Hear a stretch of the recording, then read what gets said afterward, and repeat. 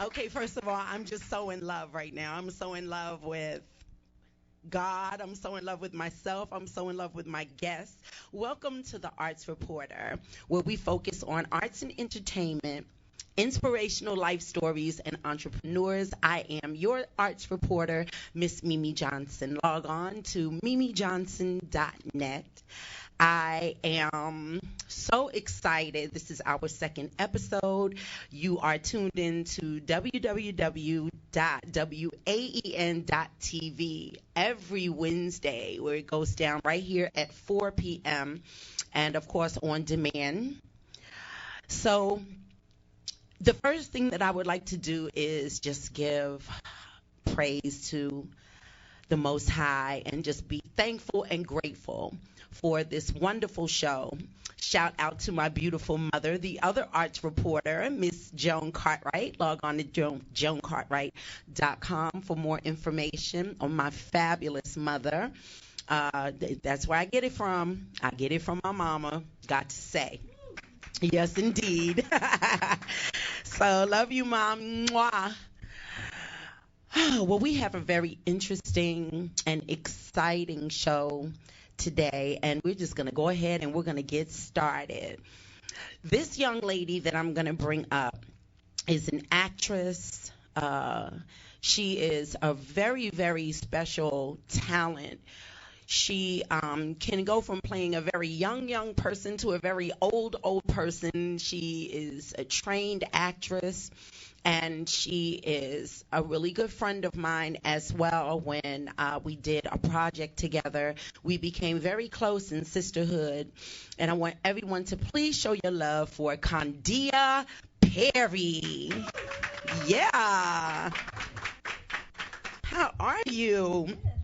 I'm good. How are you? Good. You're looking fabulous as Thank you. usual, as usual. Thank you. Yes, indeed, showing the legs. Girl, if I had legs like them, You'd be 5 feet tall. I'd be fine. Okay, well, I'll keep the height. I'll keep the height and the little skinny legs. Thank you. Oh, girl. First of all, you got to log on to condiaperry.com, and let's just get right into it. First of all, where are you from? Let's learn a little bit about your beginning of your life. Wow. I'm from originally Decatur, Illinois, and I moved here by way of Nashville, Tennessee. I was here for 15 years and then decided I needed a huge life change. I'd been thinking about Atlanta for years, for like 5 years, and I decided to finally make the move. And I moved here in 2001, June of 2001. Okay, so that change from up top, north, down to the south, what was your feeling on that? Like, I mean, it was exciting, but the biggest change for me was the climate. I'd never known anything about sinus issues. When I moved to Nashville, I had my first bout of sinus infections. I thought my head was just going to explode, and I went to the doctor thinking I had some. Honestly, I thought I had like a brain aneurysm because it was just so painful. Okay. I've never felt that pain, but that was the biggest adjustment for me, moving from the north to the south. But everything else since then has been great. Okay, let's talk about the actress. That's me. Yes. And wait, because people are always like, because with stand-ins, you could stand in for two really famous actresses. One is Lynn Whitfield, and the other is Angela Bassett. which the I'm like, I got a friend that looks like Angela Bassett, honey. So tell us, how did you, start in acting? I mean, did you do it as a child, or where did you start? I don't know. I think all of us as children grow up, as little girls anyway, in the mirror, mimicking different actresses we saw on TV.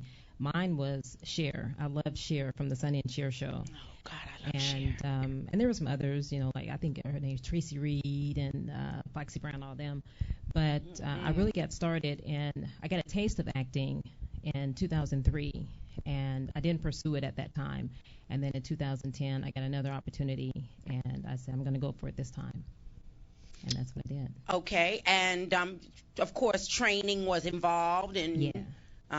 Yeah. You with the acting skills, like what what inspires you to say, I'm going to keep going out for these roles? I'm going to keep, auditioning, because it takes time. It takes our own money, right? Because I know I've been to some auditions with you, and it's gas and time and money, and it's like, oh, okay. So what inspires you to keep that going?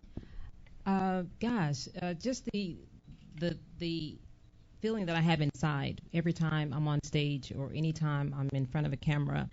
It's such an exhilarating feeling, and I just strive for that. And definitely something you touched on as far as acting, training. Any serious actor, you have to go through training. I don't care how talented you feel you are. You need that training to develop that skill. And some of the great teachers I've had the opportunity to train under here in Atlanta is Dwayne Boyd, and he teaches over there at Porter Sanford, and Kristen Angel Shaw. She's from LA. She's excellent, and her office is out in Duluth. So those are two of the really great ones that I've trained under, and I've got improv training through Swift Rice, and my next acting coach will be Glenn Allen. So I'm looking at him. Okay. So you already set up your training, and you get your budget together, and you say, okay, now this training is over, now it's time for some more training, right? Which is really, really important in all aspects, because even with running a business, or whether you are an entertainer, there must be some training involved in order for you to really get it, in business, and also through just being an entertainer. So, and I remember you saying to me, you're going to have to take some classes. You're going to have to take some classes. So I have been looking around, and I may even just go to the people that are training you, that I don't have to research, because you already know, and you can say, okay, this person, this person, get my little budget together, because I like learning. And I think that as an actress, let me ask you a question. Okay. Do they teach you how to memorize, or do I just have to get some Ginkgo Gabola? Did I say that right? Do they teach you that? Is that a something like a method or a technique? Oh, gosh. There's all kinds of techniques out there. I'm sure there is a type of memorization technique that you can learn, but the instructors I've gone to, they don't teach you that. Okay. It's just you'd be amazed at, and I'm sure you realize that too, when we were on the project together. It's amazing how the brain just captures information, and it just spills out at the right time. Yes, and it's especially through spirit. Because I'm telling you right now, if we depended on just our human existence, we'd be in trouble. Yeah, that's right. Okay. So tell us about your next project. Like, tell us what you got going on. I've got like 2 huge projects. One is not me acting, but me on the opposite side of the camera, because I'm so excited and intrigued by what happens on the other side, on the production side of any project. So that's I'm working on a project called Black Cane, and it's an independent project from a producer out of Alabama who's filming here. The film or the set will be from it would be said that it's set in Mobile, Alabama. Okay. But it's going to be filmed here in Atlanta. Okay. And I am the project manager of that, and I'm really excited. It's a beast of another mother, wow. I tell you. And it's a really good script. And the other project is I'm working with Tyga Graham on a stage play production called Every Man Ain't Gone. Okay. And I play the role of Candace. Good. So, and our first performance will be in Birmingham, Alabama. Excellent. Yeah, so I'm excited about that. Excellent. I'm always so proud of Condia. Condia, thank you. Now she spells her name Condia Perry, PERRY.com. Well, actually, that's changing. I've got someone working on it. So my Condia.com isn't currently up, but you can still access it by going to www.wix.com/Condia Perry/home. Until the CondiaPerry.com is back up. But Condia Perry, all I have to do is Google you, and it's going to come up anyway. Yeah. So what would be your advice to up and coming actresses and actors that want to pursue this beautiful profession that you do? Gosh, it is beautiful. It's very hard though, and it takes dedication and hunger and spirit. And if you don't have that, you may as well leave it. And also, it takes a hard exterior, a tough exterior, because producers can be very, very hard on you. They can say things that if you're a weak person, it's going to crumble you. It's going to crush you. So you have to know who you are, get training, be serious about your craft, yourself, and your goals, and just go for it. That's what's up. I love you, Condia. I love you, and you can Mimi also check her Bartlett. out at Facebook as well, because she posts. We'll put these beautiful posts up there, and we're always sharing hearts. I got my little heart that I send to you. She sends me. This is my girl right here. Believe it. She's going to get her Emmys and her Oscars. Look out for Condia Perry. Thank you so much. And follow me on Twitter. I am Condia on Twitter. All right. Take care. Thank you, girl. Now, I just need to plug that I have been cast as Billie Holiday in a musical called Angie, the musical. Just log on to angiethemusical.com for more information. We will be at the 14th Street Playhouse July 28th. So I'm looking so forward to that. Also, my Feed the Hungry show coming up June 10th over at Club 291 on Campbellton Road. Bring your canned goods. Come out and represent. I will be singing live with my band, and I'm so excited. So check me out, mimijohnson.net. We are going to have a musical performance for you right now. And this gentleman, I actually met him through my photographer, Steve Moore. And then we became acquainted over the phone.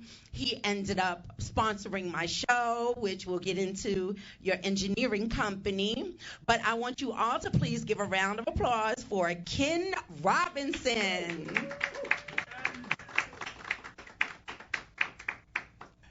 There I go, there I go, there I go, there I go. Misty lady, you are the soul that snaps my control. And such a funny thing, but every time I'm near you, I never can behave. You give me the spark that lights up in my magic. Music all around me, crazy music, music that keeps calling me so very close to you. Turns me your slave. Call me, baby, do what you want to. Anything, baby, let me get next to you. Am I insane, or do I really see heaven in your eyes?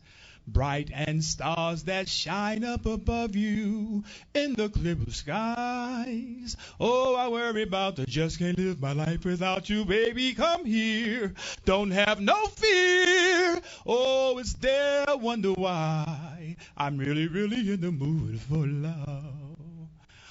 Oh, pretty baby, you make me feel so good. Come and take me by the hand. Come, let us visit out there in that new promised land. And maybe there we can find a little place to keep a loving state of mind. Come on, James, man, you can blow now if you want to. We're through. All right, tell us about Ken Robinson. Tell us who he is.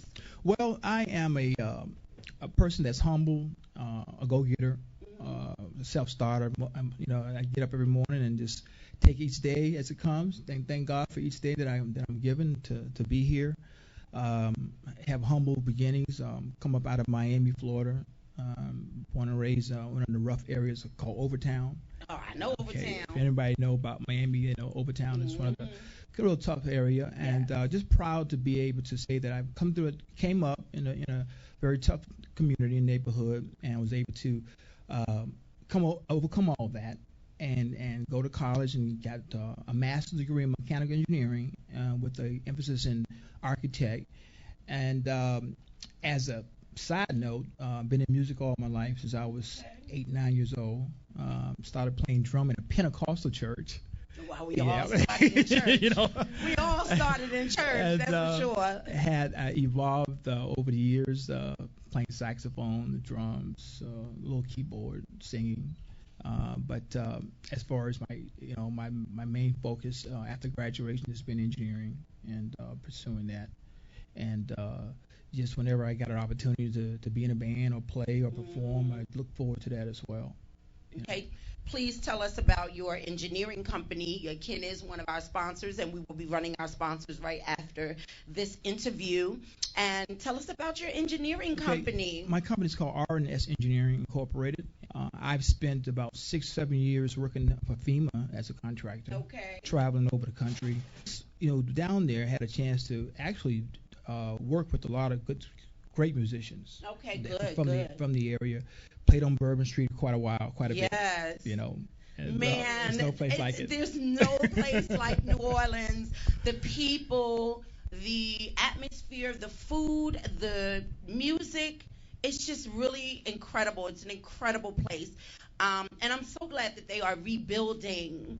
And I'm so glad that the people for Hurricane Katrina, have been revived, and I think we all took part in that as well. Exactly. So give us some information on where we can contact you, and then we're going to go to our sponsors. Well, I'm just getting back after being on the road for so many years with FEMA. I'm just kind of getting started, but as the first person, I'm trying to get my website up. So, but until that's completed, I can be reached at rnsengineer01 at gmail.com. I can be reached by phone at 404-229-8447. So just contact me through those mediums until I can get my website up, and we keep going from there. Okay. Are you on Facebook? Yes, I am. Okay. Ken Robinson on Facebook. Ken Robinson on Facebook. Mm-hmm. All right. Y'all give it up for Ken Robinson. Thank you. Yes. And we'll be right back with our sponsors, right after our sponsors.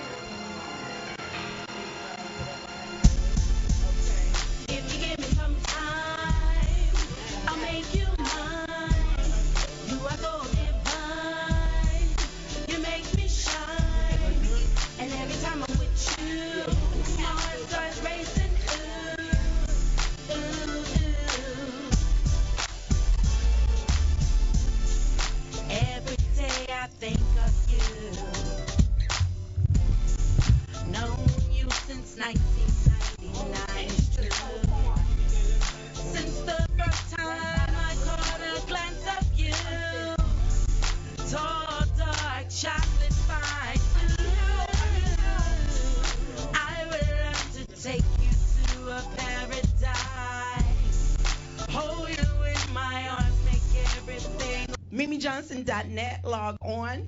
Everything is absolutely wonderful. I am so enjoying my new television show, The Arts Reporter. Make sure that you log on also to blogtalkradio.com/The Arts Reporter for our radio show with myself and my mother, Joan Cartwright. My next guest is absolutely incredible.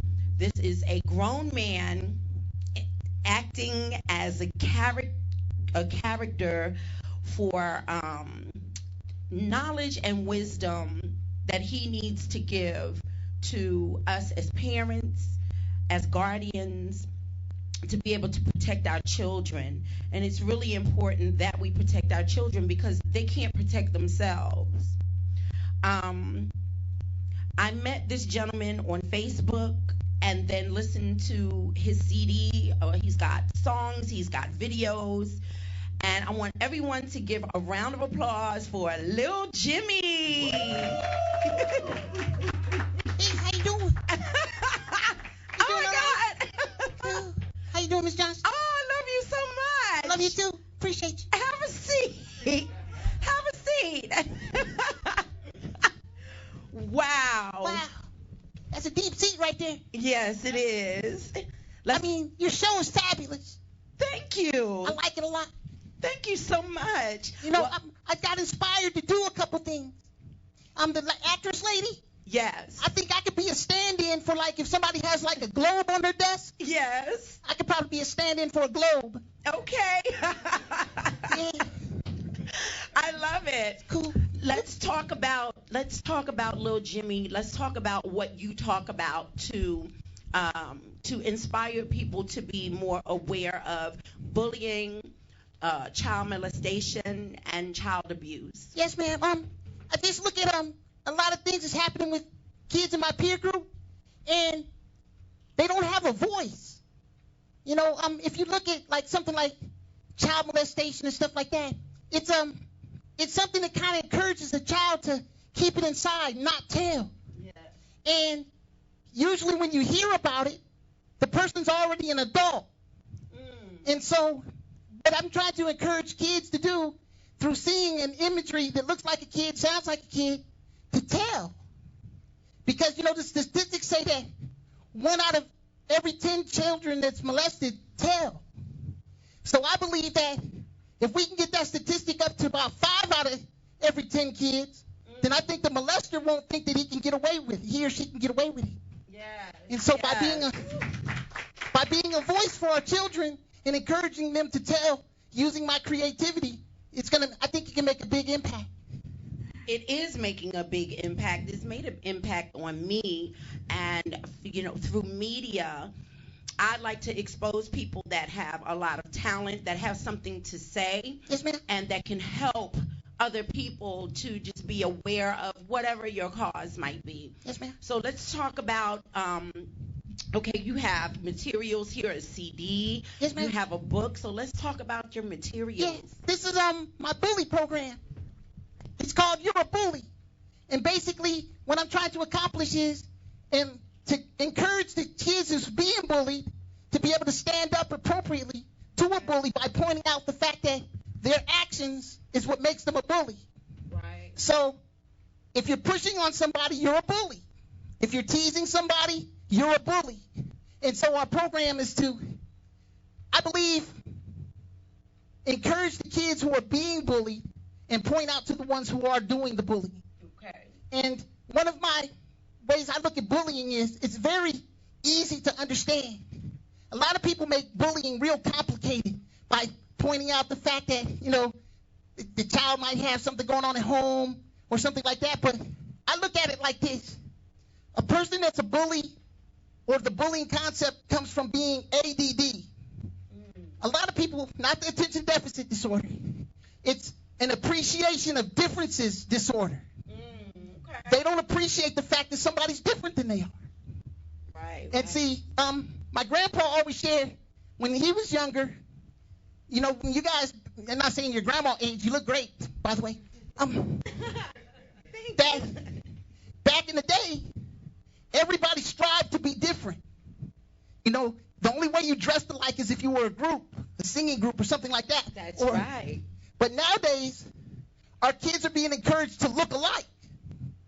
And so that person that doesn't fit into that group or that look, they get ridiculed or bullied. And so if we can get parents and adults and kids to appreciate the fact that somebody is different, I think everything will be better. Yes, I totally agree. I totally agree. Being different is better. It's good. It gives us an opportunity to show our different selves. Absolutely. That's what I appreciate about you, because you're different. I am. I'm very different. Now, unfortunately, you copying off of everybody that's cute and light skinned and stuff like that, but other than that, you're all right. Can you do a little bit of one of your songs for us, or just like a little acapella for us? Because one thing I do have to tell you is that we have created, and I've written in a segment for Lil Jimmy. It's going to be called In the Corner with Lil Jimmy, and our segment is going to, you know, just really just expand and expose about bullying, child molestation, child abuse. And I wanted to have him weekly on my show because this is a really, really, it's an issue that always needs to be addressed all the time. So can you do a little acapella? Now, next week, you're going to perform one of your songs for us, okay? Yes, ma'am. Okay, but today. Can you just do a little something for us? Sure, no problem. I can't sing like that other guy. No, that's He's okay. pretty good, you know. That's okay. And plus, you know, my head is shiny, but it ain't bald like his. Let me see. Shooby-doo-doo-doo-doo. Shooby-doo. No, that ain't it. Okay. This is one of my favorite songs. It's called I'm Snitching. And you know what? I agree that I believe that all our children and adults should be snitches. And this is why. Because only the person that's committing a crime will tell you not to snitch. That's it. Name one person that's positive, that's doing the right thing, that will tell you not to tell. It's only the criminal. So me, Lil Jimmy, I'm a snitch. And so here's a little piece of my song. I don't have to stand up, do I? However you want to do it. I'll sit down. Okay. Let me see. How does this song go? I forgot how the song goes. Well, I need you to remember. Let me see. Hey, Paz. That's my DJ out there, Paz. You remember how snitching go? By the way, there's a reason. I have like 187 songs. Right. He does have a lot of songs. Go ahead. Here we go. Okay. I just got to, as soon as I remember the first word, I'll be cool. Give me a second. Yeah, there you go. I'm telling, I'm snitching. I want to be a part of my community, switching. I'm tired of seeing my neighborhood falling because of drug dealing and killing, and you're scaring all the people from calling 911. You know what happens when you don't tell the authorities about the drugs and the guns? You're helping them kill us. If we start telling and snitching, then these criminals will feel us. I don't get it. How do you get so committed to something with bullets in it and so eager to spit it and spin it like there's nothing else to spin on the table or put on cable? But a thug and gangster fable. There's killing brothers like Cain did Abel. Since our women that caught up in it's like Jane killed Mabel. You trying to tell me the only thing capable is to make a women look rapeable and the ghetto's unescapable? I ain't buying it. I ain't gonna sell it. I ain't afraid of being a snitch. If it's bad, I'm gonna tell it. Because you ain't getting away with killing kids that look like me. They can get positive recipes and learn to cook it like me. That's food we need in the community. Not fools with pistols soon to be wooing me to be part of the clique. Just to put my mouth on zip. Before they get you, you better go and snitch. I'm telling, I'm snitching. I like it. Yes. So where do you see yourself, with with giving the information that you give? Where do you see yourself like 5 years from now? Well, hopefully I'll get support enough from the community so I can learn how to blink.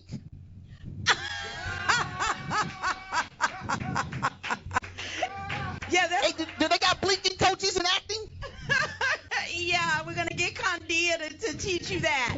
I got a question. Can you answer a question for me? Yes. If I'm at church praying and I don't close my eyes, does he hear my prayer? Of course he does. Okay, cool. Just checking.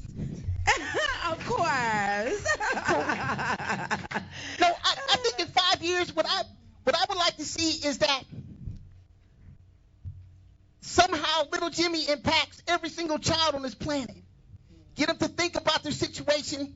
Get them to tell where they need to tell. Get them to speak up where they need to speak up. And get the ones who are speaking up with negativity to get them to switch it over to positivity.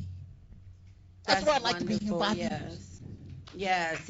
I'm looking forward to that. Yes, ma'am. Please give everybody your information where they can log on and they can get in touch with you. Okay. Well, you can contact me on Facebook. It's Lil Jimmy Williams. Just Google search me would be the easiest way. And there's all kinds of places. YouTube. Yeah. I got videos there. I got music on Gospel Engine. Yeah. Just LILJIMMY. Look for the kid. I got a cute clause. So if you're cuter than me, it probably won't let you get in. So, I love you. I love you too. Oh, give it up for little Jimmy. Wow, that's that hair's so big. That hair's so big. You almost. I'm just kidding. No, it's okay. It's all right. Let me give you a kiss. Yes, ma'am. Mwah. I love it. When we talk about how we can help in the community and how we can enlighten other people, it's really important that we understand that through spirit, we can really help a lot of people to overcome a lot of just trials and tribulations. So that's the reason why I feel so close to little Jimmy, and he is my homeboy, and you will be seeing him on the Arts Reporter. Make sure that you log on every Wednesday right here on WAEN.TV. I want to bring up a gentleman that actually just goes everywhere that I go and takes pictures of me. I just want to give a quick shout out and have Mr. Steve Moore, my photographer, come up for a few minutes. Hey, how you doing? I'm good. Good. Yeah. Let's how did you start taking pictures for the fabulous Miss Mimi Johnson? We were doing a function at a particular venue on the south side. It was a fundraiser for a young lady who needed a kidney transplant. And I was in between roles of bartending and photographer until the barmaid got there. And Mimi came up and she looked and said, "Oh, he's a cutie," and almost made me drop my glass. And then I saw her performing, and I took a couple of pictures of you, and tracked you down on Facebook. Yes, he did. And emailed you a shot, and she liked it, and it's like, I want you. I want you as my photographer. Yes, yes. And it's been like that ever since. She has helped me get a lot of work. I've met some very interesting people through you, and Good. I appreciate that, and I thank you for that. Good. And for your photography needs, you can contact Steve at 770-609-7173. And now just tell us now, your father, rest in peace, was a photographer. Yes, my father was he was an Air Force photographer in the military. And he also took a lot of photos during the Civil Rights Movement. And, of course, back then during the late 50s and the 60s, we were using film. And it was all black and white. And I've learned my love. There's a picture that I found that my dad took of me with one of his cameras taking a picture. And I think I must have been about 7 or 8. And my mom just recently told me a couple of years ago that my dad was also a forensic photographer, which is what I do now for the medical examiner. He did that for the Air Force, photographed autopsies and things like that. And she was saying, it's just funny how you just fell into your dad's shoes without even knowing it. Yes. And that's what I do now. And I've always had a love for recording history. And that's what imagery is. You're recording history, and which more of our people would do that. Yes. Well, thank you so much. I really appreciate it. And also, I'm going to bring his son, Niall, who is going to be this fabulous pro baseball player, and they just won a champion. They just won the Georgia District 4 championship. Yes. What's the name? What's the name of the? The name of the team is Brooks, the Brooks Crushers. Second year in a row, he's been labeled the best catcher in that league. This is his 4th season. His first season, never picked up a bat, a glove, a ball. He stole 32 bases, broke the record out there in Brooks. Okay, yes, he is and fabulous. He's just been going ever since. Yes. Okay, so with that being said, we're going to run our sponsors, and then I have an inspirational life story that you are going to love. I have Miss Teresa Howlett coming, so we're going to run our sponsors, and thank you so much, Stephen Moore, Whitfield Moore Photography. Yes.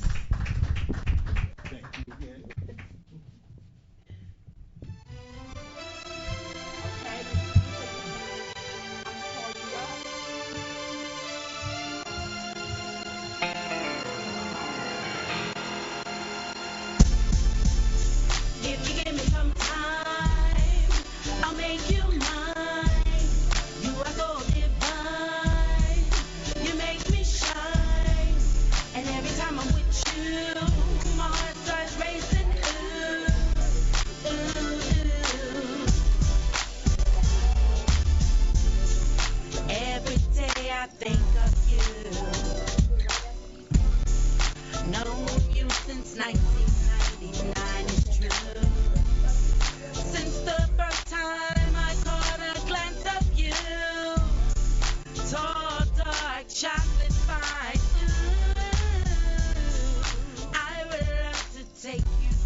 a paradise.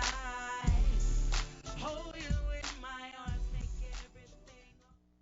How y'all doing? I must say, this young gentleman that created and actually drew with acrylic. This is canvas acrylic painting on canvas acrylic. Carter J. And I think that we are focused on this painting that he drew. Now, Carter J., I need you to come up just for, give me 30 seconds. Give me 30 seconds. And go ahead and go over on that side. No, go over. Yeah. Just explain. Yeah. You have the head of the man, head of the woman. You have the man with the mic, but the man's hand with the mic. And he is behind her.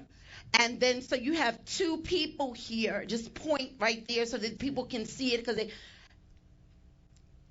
And it's called The Host. Isn't that incredible? That is incredible. Thank you. Thank you. The first in the series called the Intergalactic Jazz The Series. Intergalactic Jazz Series. This is the first of this series. Thank you so much. I appreciate that. Yes, it's beautiful. I love it. I love it. He is an incredible visual artist. Next, coming up, I want you to please give a round of applause for my inspirational life story segment. Please, Miss Teresa Howlett. Yes.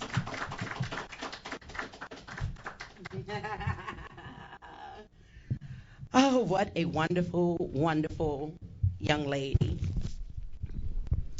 All right, sis. First of all, we did a show together for Marilyn and Friends, and both of us were guests. Okay, so starting from your beginning, and we got some time for you, and I just want you to just go.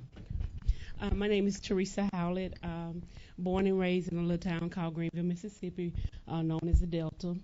Was given away to my great-great-grandparents coming out of the cotton fields, and stayed in a middle-class neighborhood. We didn't want for anything nice and everything, but early on, things started to happen, like family members started to tamper, feel places that they shouldn't, and it started to happen so frequently until I kind of told myself that it's just because they thought you was cute.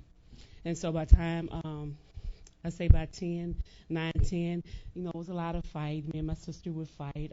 My grandfather would always say, your mama never wanted you, never did anything for you. She never bought you a dress. So we just hit it over and over and over again. And so, like I say, we would go out of town, or family members would come over, and different things took place. By the time I got a teenager, I had a friend that had committed suicide already, and I was like, oh, he crazy or whatever, But he was a real good, close friend of mine. So by the time I was 15, I had my first baby. By the time I was 16 going to 16 and a half, I had the second baby. So I was just really found myself really looking for a void that was there, that was love. So I would, find it, try to fill the void by, using, teenage boys saying, you're cute if you told me I was cute or whatever. I went for it. My mom, I'm 5 of 7 kids, 6 girls, and mama had 1 boy, and none of us grew up together. And so just a number of things happened.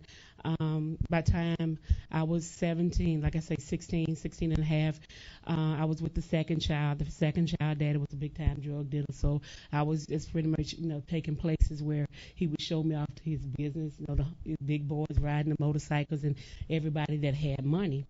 And so he wasn't only just kind of dating me, but by this time he's, fighting me and stuff. So you scared, pretty much whatever he wants you to do is what you did. And so one Sunday, I took my sister off, and prior to that, I had seen my sister kind of kiss a boyfriend of mine or whatever, and I just kind of knew in my heart what was taking place. And so I remember hearing this voice said, "Your grandmother's been good to you," and I said, "Yeah." He said, "Go and tell her if anything ever happened to you to take good care of your kids." And so I went in the bedroom and I said, "Mom, I want to thank you for being good to me or whatever. Anything ever happened to me, take care of my kids." And she said, "Sure, you know I will, baby. Don't worry about that." And so I went back in the bathroom and I heard this voice again come and say, "Now your kid's going to be much better off if you get out of the way. You know you're hurting, you know you're just in the way, and people would love on them and nurture them and different things like that." And so it persisted to tell me what to take. I took 10 time, I took hard pills, I took a number of things. It was so many different medications till I remember the paramedics coming in. And when I got to the hospital, it was like I was in like this deep trance sleep where, you know, you can hear stuff, but you couldn't wake up. And I would hear them say, you know, what happened to her? You know, was she mental or what happened? What went on or whatever? And so kind of speeded up a little bit. I stayed in intensive care. I think they said 4 or 5 days. I could feel them pushing the tubes down my nose. So this is you wanting to commit suicide. Mm-hmm. Okay, go ahead. I could hear my babies crying, and I couldn't wake up. I could hear people just, like I say, over talking. You know, I was from the tubes in my nose and the things they were putting in me. I was, you know, starting to throw up or whatever. So my hair, everything was just jam packed, and everything. So I stayed in the hospital a total of over 7 days. Nobody ever asked me, you know, what happened, or nobody never asked me anything to this day. And so after then, a pastor came along, and all my life he was around my family, and so he was a real close family friend. He said, "I told your grandmama that I would take care of you," and he told me, he said, "I'm gonna show you that the young man that you like, your baby daddy, is more about money than women." So he took me and he showed me, and he said, "Now I need you to just come go with me, and I'm gonna fix things. He's not gonna be able to be without you." And so he took me to this place, and he just said, you know, go shower or whatever, and I did that. He said, "Now I just need you to be comfortable or whatever." And in this case, he persisted to, you know, have sex with me or whatever. And I remember hearing him sound like a dog. And I still wear the watch prints in my legs. But, you know, I'm not bitter. He's dead, and I ask God to forgive him. But I just want to say to the drug dealer, to the ladies that's on the pole or out there that's searching for love or whatever, there is love. Yeah. There is a love that is so real. There is a love that has healed me. It doesn't matter what I've been through, how scarred I was. God picked up all the pieces that I had in my life, and he began to put everything back together again. Mm-hmm. So I'm not bitter. I'm not angry. Because if I hadn't went through some of the things I went through, some of the other ladies, I wouldn't have a story to tell. Yes. So I just want to encourage anybody, if you're out there, and I'm kind of just wrapping it up, but if you're out there, you haven't did anything too bad. You're not too low. You're not too shattered. You haven't committed enough things that God won't love you. And if you ask him, he will. And I promise you, he will pick every piece up. And this is for Hollywood or wherever this may go. It doesn't matter how much money you have or what you don't have. Yes. We all need that love. Yes. And only God can give us that love that fills all those little pieces. So I just encourage, get the love. If you ask him, you can talk to God like we're talking right now. I'm not talking about religion where they give you all these stuff you can't do. You got to wear the long dresses. I'm talking about a relationship. Yes. So I just give God praise. Teresa, thank you so much. Thank you. Y'all give it up for Miss Teresa Howlett. Thank you for tuning in to the Arts Reporter. I am Miss Mimi Johnson. Log on to mimijohnson.net for more information. Every Wednesday it goes down right here. Yeah.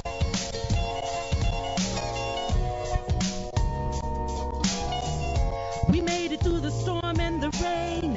At night we had some pain, but in the morning the sun will shine again. Our love will be whole again. This I know. All the flowers bloom in spring. Come June, summer's in swing. I can't wait so we can be alone. Can we go to a place no one else knows? Fantasy Road.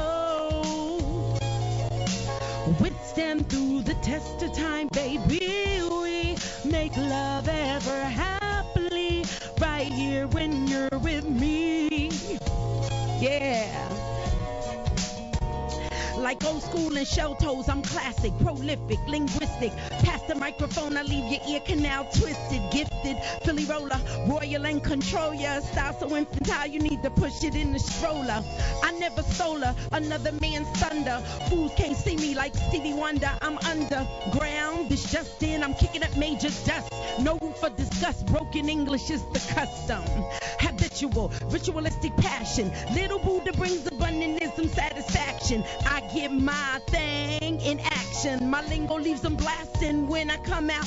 Blow, blow, off them, toss them in the coffin. If your shorty's orphan, flip her like a dolphin. Straight stomping them to sleep for the creaming. Nothing to be squeamish when I flip broken English. Shweeba-doo-tee, shabba-doo-dee-da-da, shooba-doo-dee-da, shoo-doo-dee-doo-dee-da, ba-ba-dee-da, shweeba-doo-dee, shabba-doo-dee-da-da.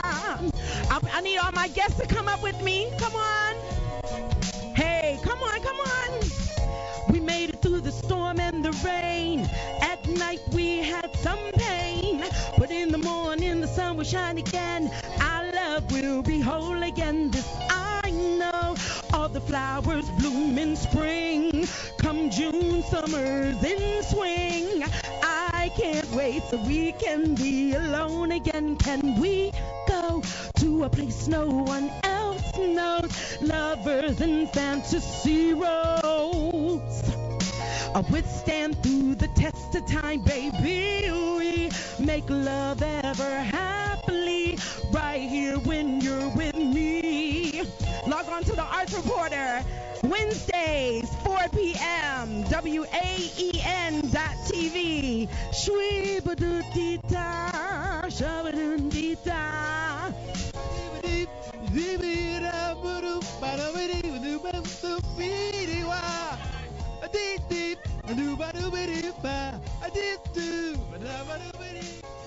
Yeah. Can we go to a place no one else knows?